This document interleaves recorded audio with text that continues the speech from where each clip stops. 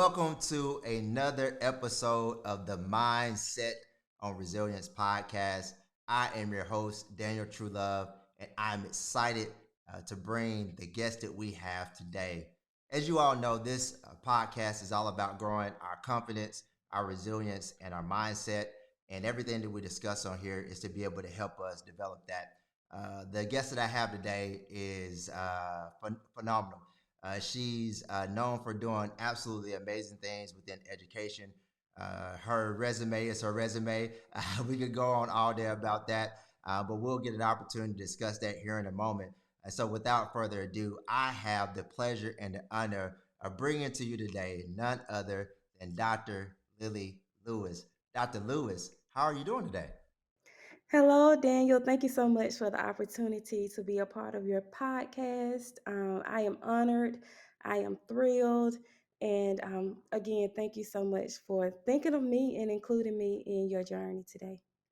Oh no, absolutely. Listen, when I was putting this podcast together, you're one of the first people that I reached out to because I just admire just you. First of all, you as a person, but also just your journey for where you came from, and also all the amazing things that you're doing to benefit the lives of those kids and those educators that are in the building.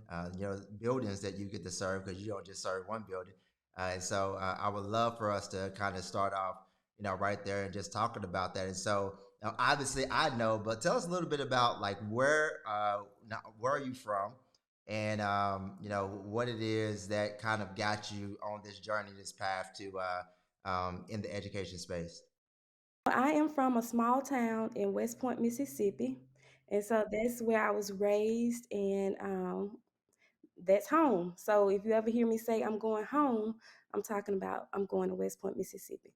And so what led me to the field of education is my mom was an educator.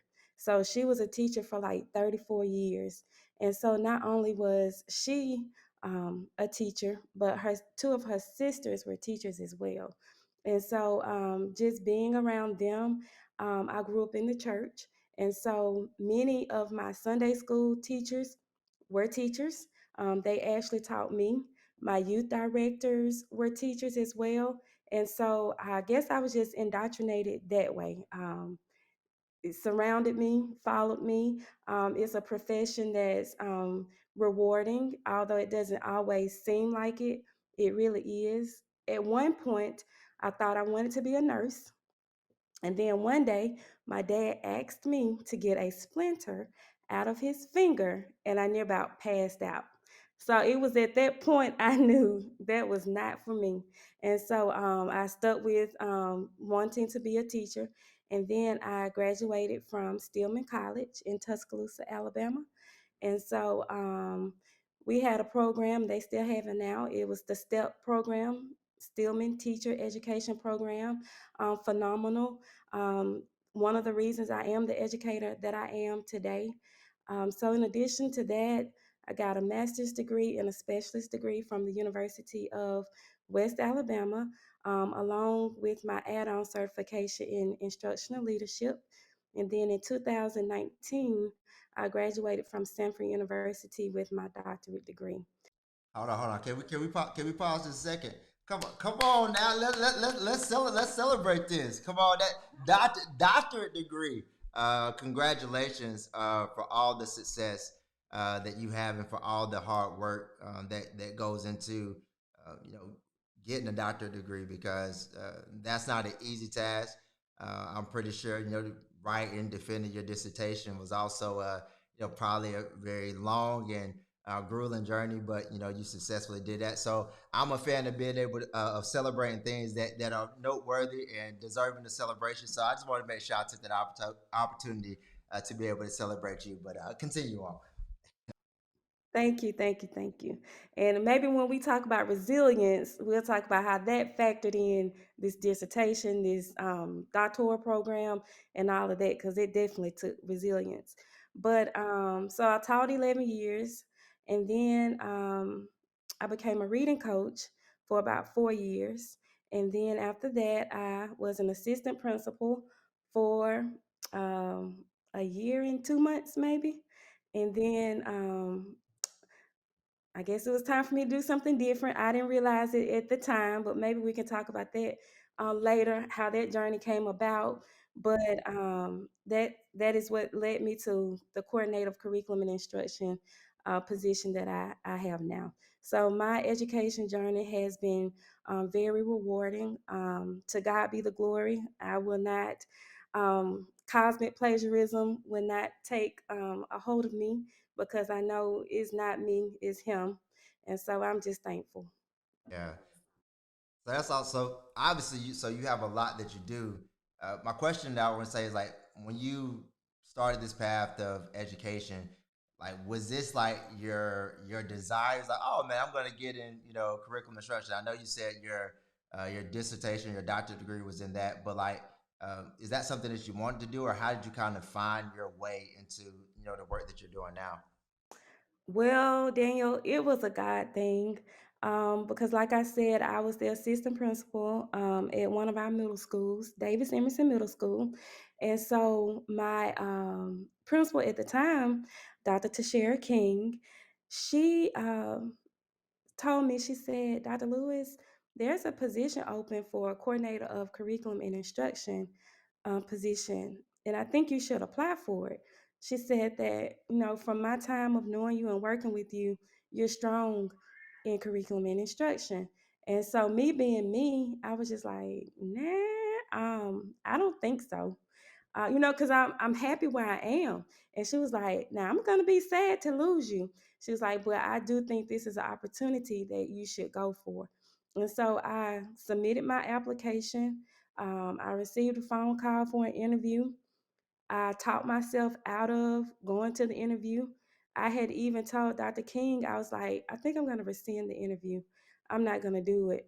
And she looked at me and she said, well, you can do what you want to do, but I wouldn't do that if I were you. And so I was just like, okay. And I guess it was fear. Some of it was fear. I really didn't know what I was getting myself into. And so the day of my interview, I really didn't talk about it a lot with a lot of people. Like my best friend, she was just like, you were just kind of like blah about it. Like you didn't even seem excited about it.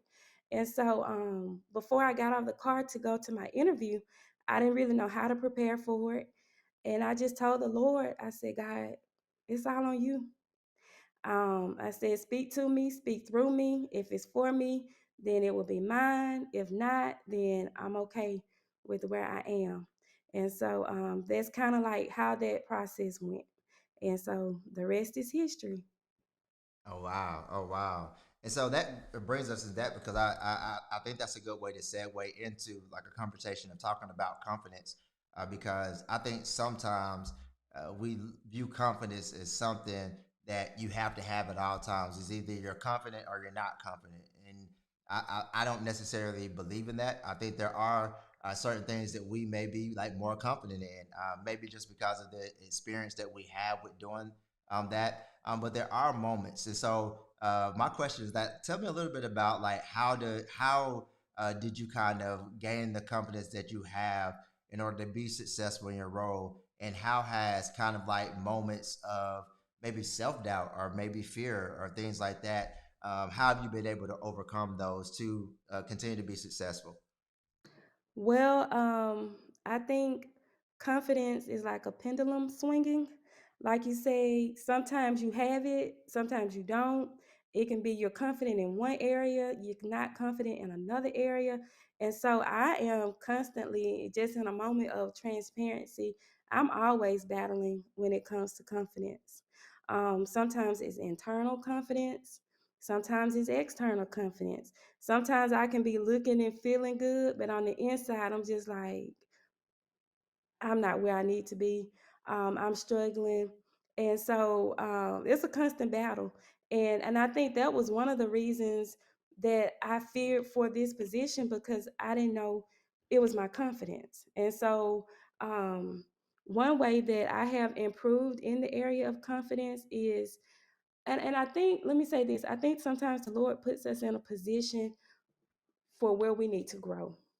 And so, one of the main things that I'm not confident in sometimes is public speaking. And so in this particular position, I have to do a lot of public speaking. Like when we have our principals meetings, most meetings I am presenting on something. I am a nervous wreck. I have anxiety sometimes when it comes to it. I have to pray. It's very important to surround yourself with people who will pray for you, people who will speak life into you. So I have those moments where I have to lie on and depend on those people to build me up and to remind me of who I am and whose I am and who God says I am. So that I have to do affirmations. I have to study. I have to make sure that I'm current with trends in education because sometimes it is constantly changing. Just like now we're in the science of reading movement. And I will say that it's a movement over a moment because, we have found out how students best learn to read. So, there are professional development courses that I continue to take to build my confidence and know what I'm talking about when I speak to leaders, limiting the outside noise and factors, not falling into the comparison trap because that will limit your confidence as well. Praying. I have to stay prayed up. That's one way that my confidence is constantly being built. And those are just some ways that I've struggled, I've dealt with it. And so I think that'll be the thing for the rest of my life, honestly. Wow. So first of all, I want to just say I appreciate your transparency because I think that some people can look and kind of like assume, and you have these accolades, Doctor Lillie Lewis, you have a successful career. You have an amazing and beautiful family, and sometimes we can just look at the picture and then just like, oh, she's got this and she's got that, and no problems, no struggles, no issues. And so I just want to say thank you for being transparent that you do have challenges when it comes to to your confidence at times, but you have ways in which you have overcome that. You have different things that you utilize in the moment, whether it be affirmations, your community, people that are praying for you, people that are uplifting you. And I think that's an amazing thing because sometimes I think one of the biggest struggles is because we have to fight that battle alone. And one of the things I'm taking away for you is that you seems like you made a decision that you're not going to be someone that just fights by yourself. No, we can't. Because we're relational beings. When God created Adam, he didn't want him to be alone, so he created Eve. And so just like he knew that Eve needed somebody, we all need somebody throughout this journey of life. And so I am very fortunate to have people that I surround myself with who are positive, who are motivating, who are uplifting to help me get through. That's amazing. That's amazing. So I love that. So you have these individuals that help you get through.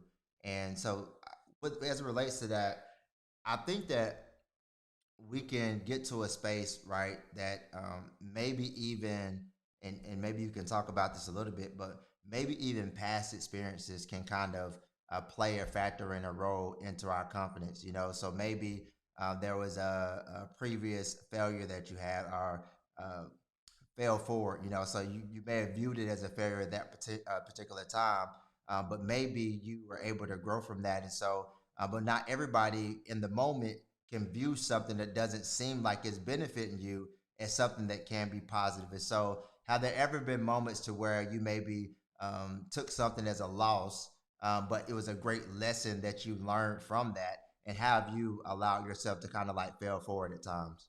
Oh yeah, absolutely. Yeah, one particular situation was when I first graduated with my instructional leadership certification. And so, when you finish school, you're so ready for the next thing. So while I was still a classroom teacher, when I finished it, I thought I was ready to be an assistant principal. And so I interviewed for an assistant principal position and I didn't get the job. And I'm glad I didn't get the job because it wasn't the job for me. I thought it was, but there is something called an appointed time, and that just wasn't my appointed job time for that position. And so what it did was it led me to being a reading specialist for 4 years. And that position set me up for this current position, because had I not been a reading coach for those 4 years, I wouldn't have the knowledge that I needed for this current position. And so that was a particular time that I guess I could consider failing forward to something that was positive. And I'm sure there have been many, many more. But that's just one that stands out in my mind, something we may have not understood at the time, but now here in the present, it all makes sense. I was just having a conversation yesterday. My wife and I, we had lunch with one of my cousins, and we were talking about a moment to where I fell forward. And so I was working at a university, and man, I was doing well within my role. And I applied for this promotion, and you couldn't tell me. I already knew. I was already telling people before. Oh yeah, I already got this. Like I done claimed it like everything, and so the date happens, and we have people that are being announced as the promotion, and I'm looking around like, okay, so and so got it. Okay, now I'm not gonna lie to you, I had a little arrogance, right? So I was like, oh, she got it. I know I got it. You know what I'm saying? Oh, he got it. Oh, so they're just saving the best for last because at this point they hadn't, told me that I got promoted. And so day goes by, nothing happens. And so I'm like, wait a minute, like they didn't even call me and they didn't tell me yes, they didn't tell me no. And so I have a meeting with our vice president to kind of figure out, did I not? And so obviously he tells me, no, I didn't get it. And it was one of the most humbling conversations because this is the news that he shared with me. He said, Daniel, you're amazing at your job. He says, but you don't impact others. He says that you are good, so good at your job that you can what? You can do your job in probably like a couple hours where it may take somebody else 5 to 6 hours to do that. Like it doesn't require that. But he said, how are you impacting the people that are around you?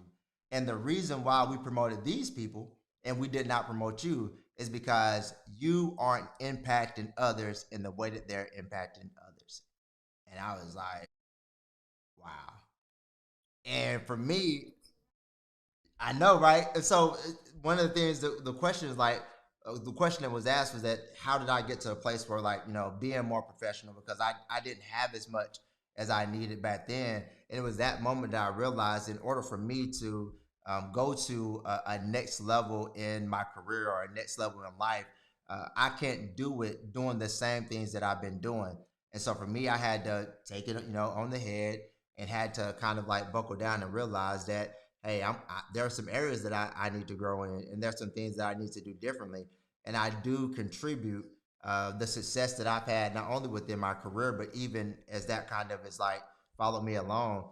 That conversation was one of the best things that happened. Had I gotten promoted at that time and not have known those blind spots that I had, I don't think I would have, become the person I am today. And so I feel like that also is an opportunity. Like you said, in the moment, I was not happy.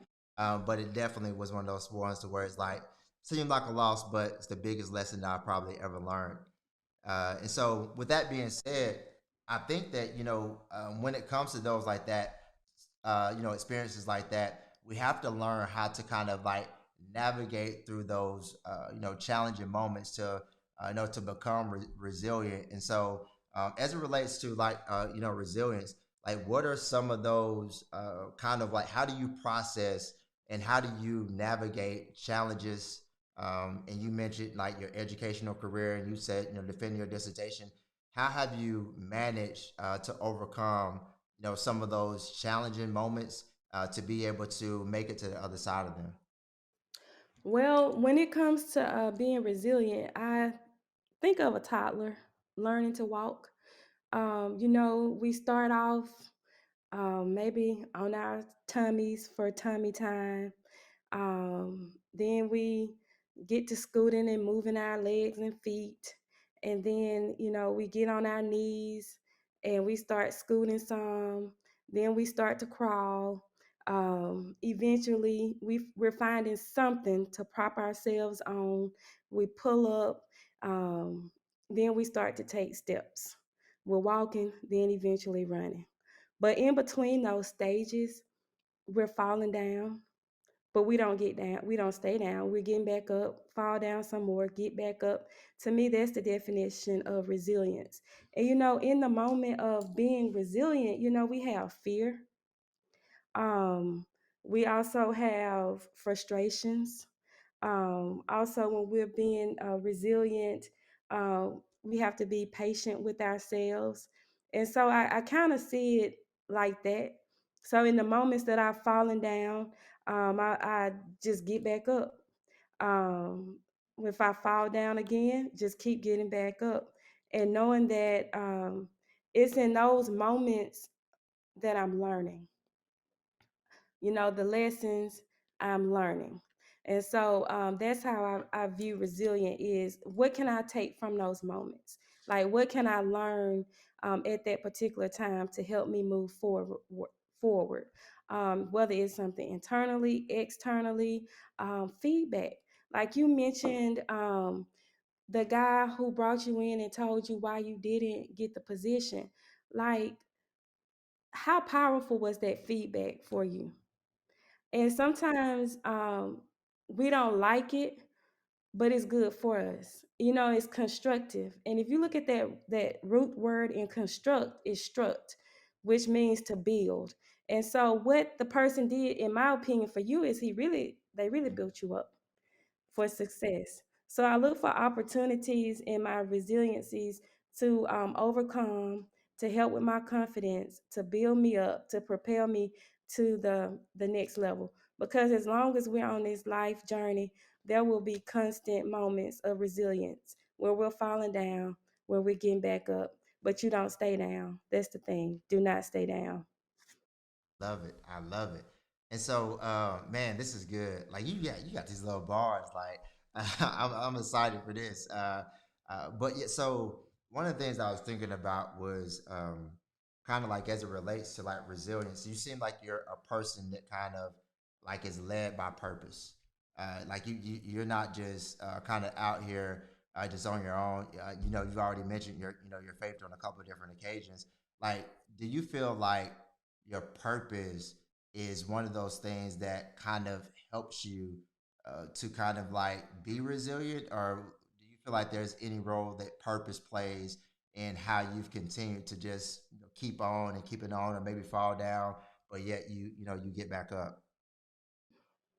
Yes, when it comes to purpose, at one point in my life, I struggled with finding out or figuring out what was my purpose.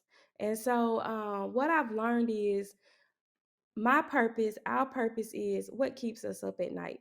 Like, what am I constantly tossing and turning, is staying on my mind. I can't move past it. I feel like I have to come up with a plan.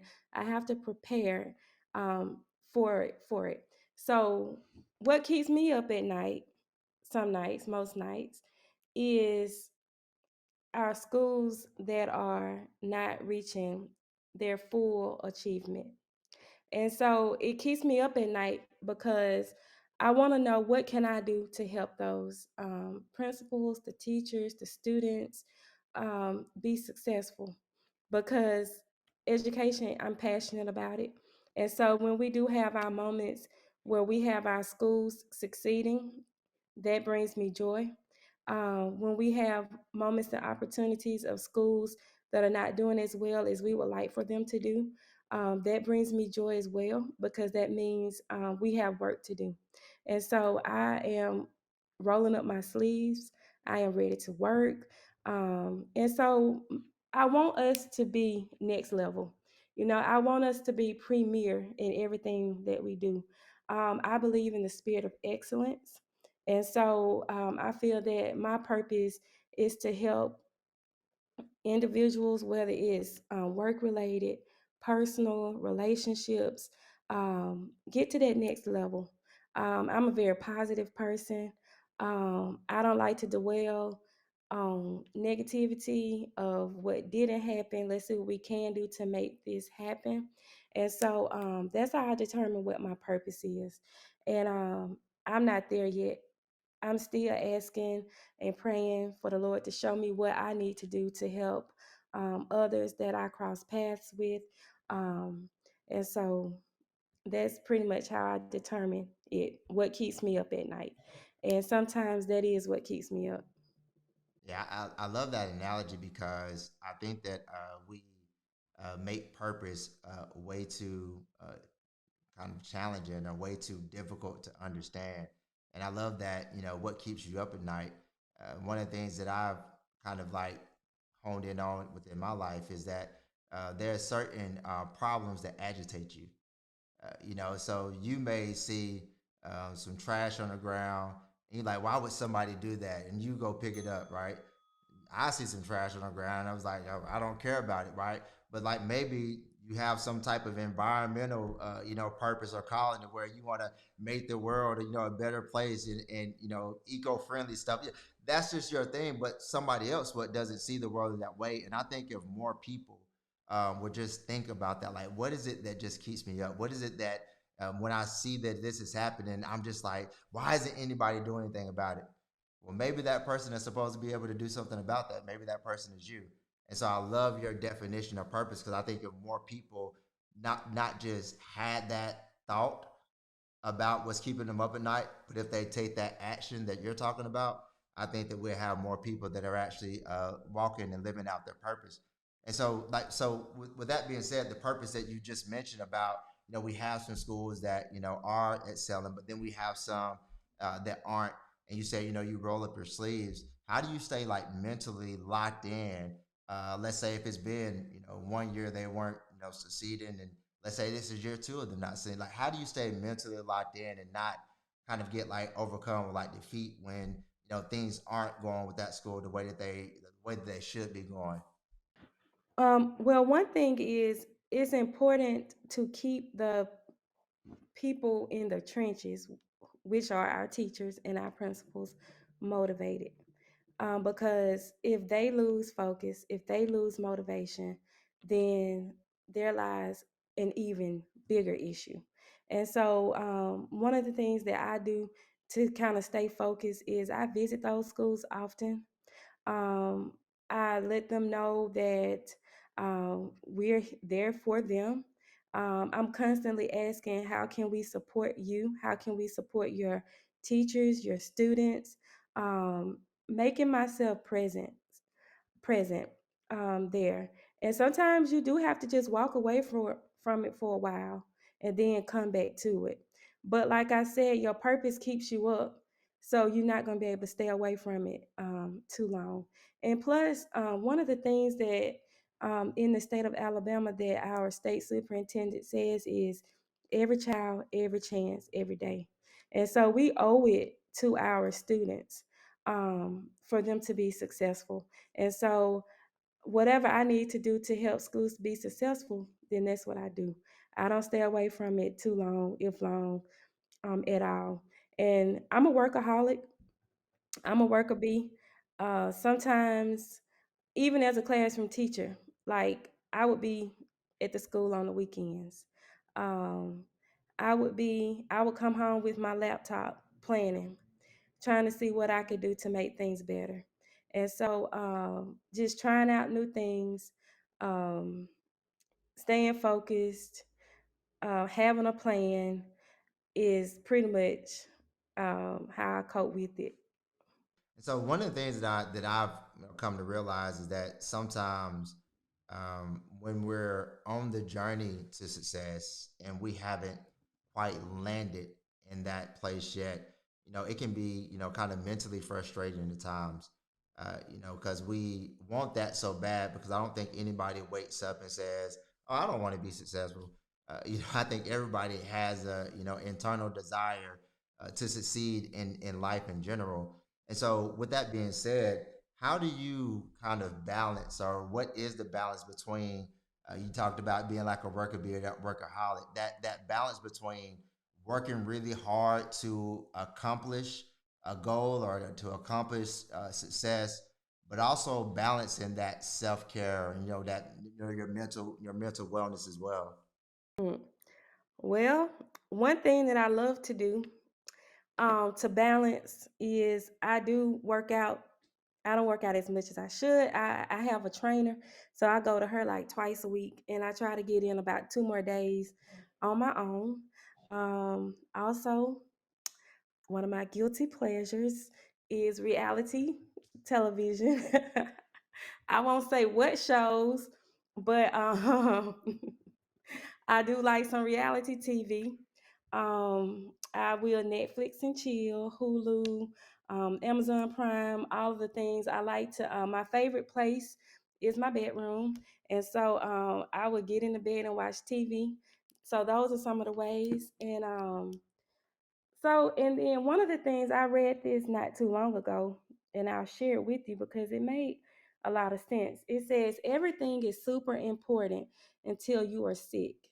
Then you realize there was only one thing that was important: your health. But nonetheless, we borrow from the bank of our health, taking loans on stress and sleepless nights to pay for something that really doesn't matter. And so, with that in mind, I'm realizing the older I get, the more important my health is, because it does not matter how great of the idea, how great of the plan, how much you have prepared for it. If you're not healthy enough to take on the task, then it's just an idea, it's just a dream, and it will not come to fruition. And so that's why our mental health is just as important as our physical health. And I will say, like, when I worked on my dissertation, I did feel like I borrowed from the bank of my health. Like, I really felt like I took loans out on my sleeping and my stress because I felt like I didn't have any other choice because I had to get it done.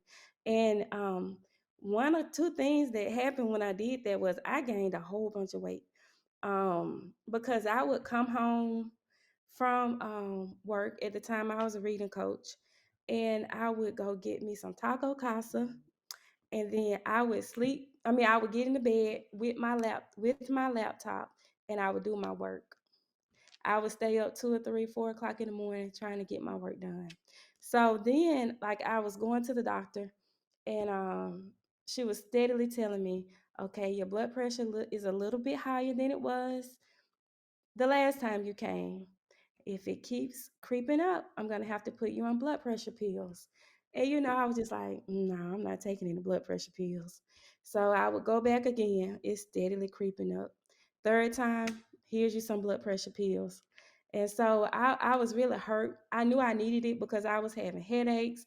I was just not feeling healthy at all. And so after I graduated, um, from Sanford, I was able to take back control. And so, also, what did was we moved. And so, where we live, the house is on a hill. And so, one time I walked up the hill, and no lie, I thought I was going to pass out. Like, it was horrible. And so it was at that moment as well as when I was like, okay, you got to do something about this. And because I did, I started with a trainer. I started meal prepping and eating better. I was able to lose 40 pounds. And then I was able to come off my blood pressure pills. And so I don't take any pills right now, that's, health related when it comes to cholesterol, blood pressure, diabetes. Praise God. But we do have to take control of our health. Our health is like the most important thing above all else, because nothing else will matter if we're not healthy enough to do it. That's good. But that's another. I mean, I was clapping over here. That's amazing. I'm happy that you were able to lock in and to be able to do those things that that you needed. And I think though those moments to where it's like those realization moments. Like I was down the hill and I started walking up. It's like ooh, like that was that moment where it says I have to do something. But some of us don't listen to those moments and we keep pushing it off. And for you, you said no. This is the moment that I'm actually going to take action. I'm going to do something about it. So kudos to you for actually taking action, and I'm so excited to hear that you got your life back, got your health back, and everything good. And so it makes me think of I can't remember who it was that I heard saying this, but they were talking about basically what you were just saying, and they were saying that what's most important, and that's basically what you are discussing right now. And there's like a lot of people say money is most important, but he asked the question, says if I gave you $1 million today, but you had cancer and you only had a week to live, would you want that $1 million? It was like no. So health is more important than money. It's like, so what if I said you can have $1 million, but you only got one week to enjoy it. It's like, oh no, I don't want that $1 million. So then he said, time is more important than money. And so a lot of times we're on this journey and we're chasing things that we view as important. But if we were to actually just take a moment to be still and really think about what matters to us the most, which you mentioned, which is our health, our family, our loved ones, I think that's the thing that we need to spend more time with. And so for anybody that's out there that, maybe you're on this road and you're working really, really hard to accomplish something, I think accomplishment is making sure that those individuals that are around you, your loved ones, that they appreciate you, that they care for you, and that most importantly, you're also taking care of yourself. And so I think this is just an amazing time for us to just kind of like just pivot and kind of like go into a little bit of a different direction to kind of end this conversation. And the question that I have for you that I'd like to ask is that I have this segment that I call Better Ahead. And so Better Days Ahead is a opportunity for us to like just give inspiration and hope that as we're going through life and we may experience challenges, that tomorrow does get better. And so, do you have any any mantras, any like quotes or anything that you live by to inspire us as we get ready to land this plane for our segment of Better Days Ahead? Life is definitely a journey. It will have its ups and its downs. That's what it's supposed to do. That's what it does. But just remember to always be of good cheer. And one quote that I've heard recently, I don't know who was the author of it, but I will share it. And what it says is, "You're not your circumstances. You are your greatest possibilities." And so, just, sometimes we do look at what's around us to determine whether or not we will be successful, but just think about the possibilities. And so, that's what I would share. That's what I'm living by right now. I am not my circumstances, I am my greatest possibilities. I love it. I love it. I love it. Well, Dr. Lewis, I just want to say thank you so much for your time.